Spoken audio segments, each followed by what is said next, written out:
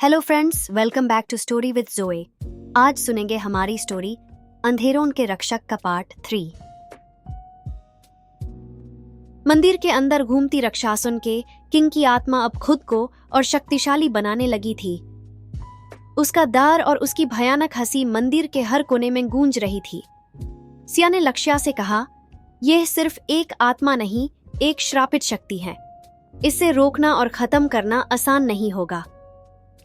लक्ष्या ने कहा, अगर यह आत्मा अब भी जिंदा है तो इसका मतलब है कि क्रिस्टल का एक हिस्सा अब भी शक्ति के साथ जुड़ा हुआ है।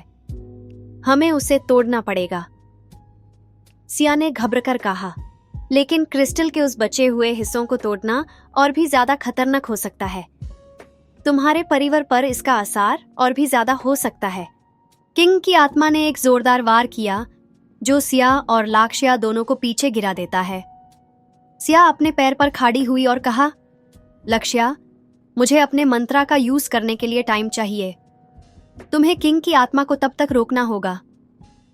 लक्ष्या ने अपनी तलवार मजबूती से पकड़ी और आत्मा के खिलाफ खड़ा हो गया। आत्मा के हर वार को तलना उसके लिए मुश्किल होता जा रहा था, लेकिन उसकी हिम्मत कमजोर नहीं हुई। सिया अपने मंत्रा के माध्यम से एक प्रोटेक्टिव शील्ड बनाने की कोशिश कर रही थी ताकि किंग की आत्मा की शक्ति कम की जा सके।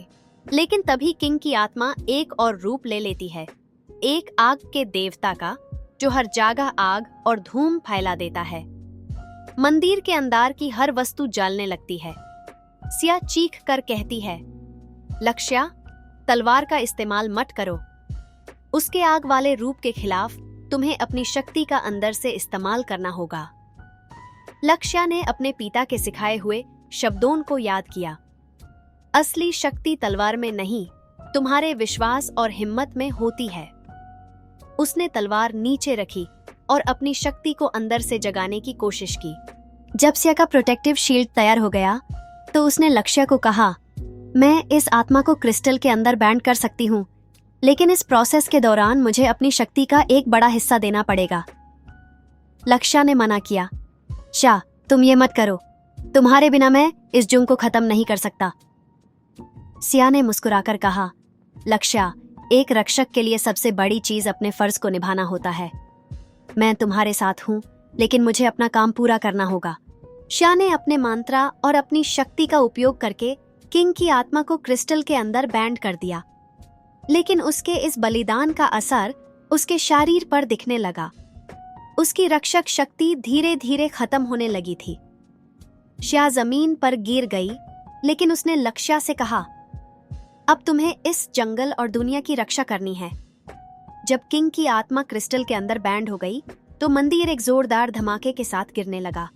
सिया और लक्ष्या वहां से भागकर जंगल के बाहर निकले, लेकिन जंगल के बाहर उनका सामना एक नए दुश्मन से हुआ। रक्षासुन की एक और सेना जो किंग की शक्ति को वापस लाने के लिए तैयार थी। लक्ष्या ने सिया के शरीर को उठाया और कहा, मैं तुम्हारी कुर्बानी को बेकार नहीं जाने दूंगा। मैं इस सेना का सामना करूंगा और तुम्हारी शक्ति का आखिरी सम्मान करूंगा। जब सिया बेहोशी के हालात में थी, तभी एक और आवाज गूंजी, तुम्हें लगता है कि तुमने मुझे हरा दिया? मैं तुम्हारे पीछे हूं, लक्ष्या। यह सफर अभी शुरू हुआ है। लक्ष्या ने सिया को बेहोश हालात में जंगल के बाहर एक छोटी सी गुहा में रखा। उसके चेहरे पर एक अजीब सा शांत सुकून था, लेकिन लक्ष्या की आंखों में बेचैनी थी। सिया के हाथों को पकड़कर उसने कहा, सिया, तुम मेरी सबसे बड़ी ताकत हो। तुम्हारे बिना मैं इस लादई को नहीं जीत सकता। मुझे उठिए, मुझे गाइड कीजिए। तभी सिया की आखिरी शक्ति एक्टिवेट होती है और उसका आत्मा रूप लक्ष्या के सामने प्रकट होता है। सिया के आत्मा रूप ने कहा, लक्ष्या, मेरी शक्ति अब तुम्हारे साथ है। मैं तुम्हारे अंदर एक नई ताकत जगाने के लिए आई हूं। यह लड़ाई तुम्हें अकेला लड़नी होगी, लेकिन तुम्हारे विश्वास और हिम्मत तुम्हारी असली शक्ति बनेगी। लक्ष्या ने अपने आंसू पोंछते हुए कहा, सिया, मैं तुम्हारे लिए और इस दुनिया के लिए यह लड़ाई जीतूंगा। सिया का आत्मा रूप धीरे धीरे उसके अंदर समा गया और लक्ष्या के अंदर एक नई रोशनी जगी। जंगल के किनारे पर राक्षसों की एक नई सेना इकट्ठा हो गई थी। उनका नेता एक भयानक राक्षस था, जिसने अपने आप को अग्नि राक्षस के रूप में प्रस्तुत किया। उसकी आंखों में आग थी और उसकी आवाज से जमीन कांप रही थी। अग्नि राक्षस ने कहा, तुमने हमारे किंग को बैंड कर दिया, लेकिन हम उसकी शक्ति को वापस लेकर रहेंगे। ये सिर्फ एक शुरुआत है। तुम्हें और तुम्हारी दुनिया को जलकर राख कर देंगे। लक्ष्या ने अपनी तलवार को उठाया और कहा, तुम चाहे जितनी सेना ले आओ, मैं अपनी जमीन और अपने लोगों की रक्षा के लिए तैयार हूं। राक्षसों की सेना जंगल में घुस गई और एक जोरदार जंग शुरू हुई। लक्ष्या ने सिया के दिए गए मंत्रा और उसकी शक्ति का उपयोग करते हुए हर राक्षस का सामना किया। उसका हर वार तलवार से नहीं, उसके हिम्मत और स्ट्रेटजी से होता था।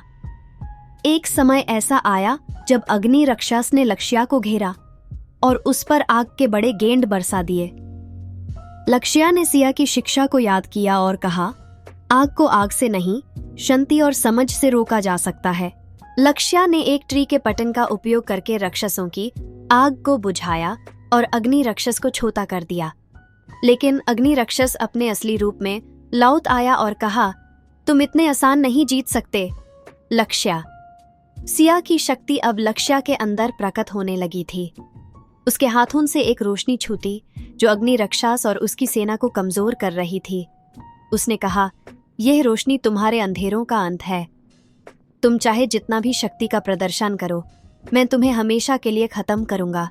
लक्ष्या ने अपने शब्दों से राक्षसों के बीच एक दार पैदा किया और उन्हें जंगल के अंदर ही बैंड करने का एक प्लान बनाया। सिया के मंत्रा का उपयोग करते हुए उसने एक प्रोटेक्टिव बैरियर बनाया जो राक्षसों को जंगल के अंदर ही रोके रखता था। राक्षसों की सेना अब जंगल के अंदर बैंड थी, लेकिन लक्ष्या समझ गया था कि यह सिर्फ एक शुरुआत है। उसने सिया की यादों के साथ एक नई दुनिया बनाने की शपथ ली और कहा, यह सफर अभी खत्म नहीं हुआ। मैं तुम्हारे सपने को जीऊंगा और इस दुनिया को राक्षसों के श्राप से मुक्त करूंगा। मंदिर की बची हुई एनर्जी अब भी जंगल के किसी कोने में छुप कर रही थी। सिया के दी हुई शक्ति अब लक्ष्या के हर कदम का हिस्सा थी। To be continued. अगले पार्ट में लक्ष्या का सामना होगा एक नए खतरे से जो राक्षसों के किंग के पीछे छुपा था। सिया की याद उसके लिए एक मददगार बनेगी, लेकिन क्या लक्ष्या अपने अंदर के अंधेरों से लड़ पाएगा?